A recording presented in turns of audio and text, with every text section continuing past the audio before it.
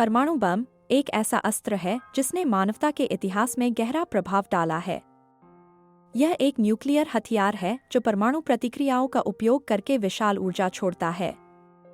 आइए समझते हैं कि यह कैसे काम करता है। सबसे पहले हमें परमाणु की संरचना को समझना होगा। एक परमाणु में प्रोटॉन, न्यूट्रॉन और इलेक्ट्रॉन होते हैं। प्रोटॉन और न्यूट्रॉन परमाणु के केंद्र में होते हैं, जिसे हम नाभिक कहते हैं। यह नाभिक एक मजबूत बल से एक साथ बंधा होता है। जब हम परमाणु विखंडन की बात करते हैं, तो इसका मतलब है कि हम इस नाभिक को तोड़ते हैं, जिससे ऊर्जा का विशाल विस्फोट होता है। अब बात करते हैं परमाणु विखंडन की प्रक्रिया की। जब एक न्यूट्रॉन भारी तत्व जैसे यूरेनियम 235 या प्लूटोनियम 239 के नाभिक से टकराता है, तो यह नाभिक को तोड़ देता है। इस प्रक्रिया में एक फिशन घटना से और न्यूट्रॉन निकलते हैं, जो फिर से अन्य नाभिकों को तोड़ते हैं।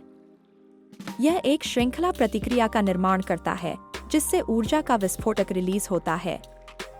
इस प्रक्रिया को समझने के लिए हम एक ग्राफिक का उपयोग कर सकते हैं, जो दिखाता है कि कैसे एक न्यूट्रॉन के टकराने से कई फिशन घटनाएं होती हैं। अब परमाणु बम के डिजाइन की बात करते हैं। एक परमाणु बम के मुख्य घटक होते हैं फिसाइल सामग्री का कोर, इनिशिएटर, पारंपरिक विस्फोटक और टेम्पर रिफ्लेक्टर। ये सभी घटक मिलकर एक नियंत्रित श्रृंखला प्रतिक्रिया को प्रारंभ करते हैं, जो विस्फोट का कारण बनती है। क्रिटिकल मास की अवधारणा भी महत्वपूर्ण है, क्योंकि बम को सही समय पर इसे प्राप्त करने के लिए डिजाइन किया जाता है।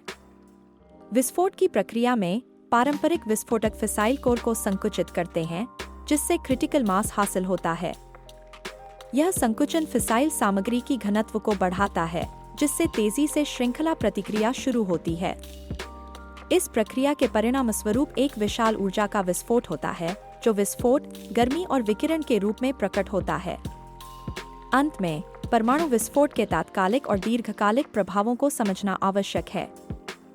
विस्फोट के बाद एक विशाल विस्फोटक क्षेत्र, गर्मी की विकिरण, इलेक्ट्रोमैग्नेटिक पल्स (ईएमपी) और रेडियोधर्मी गिरावट होती है। यह सब मानव जीवन और पर्यावरण पर गहरा प्रभाव डालता है। इस प्रकार परमाणु बम की शक्ति अत्यंत विनाशकारी है, और यह हमें यह सोचने पर मजबूर करता है कि हमें परमाणु निरस्त्रीकरण और शांति के महत्व को समझना चाहिए।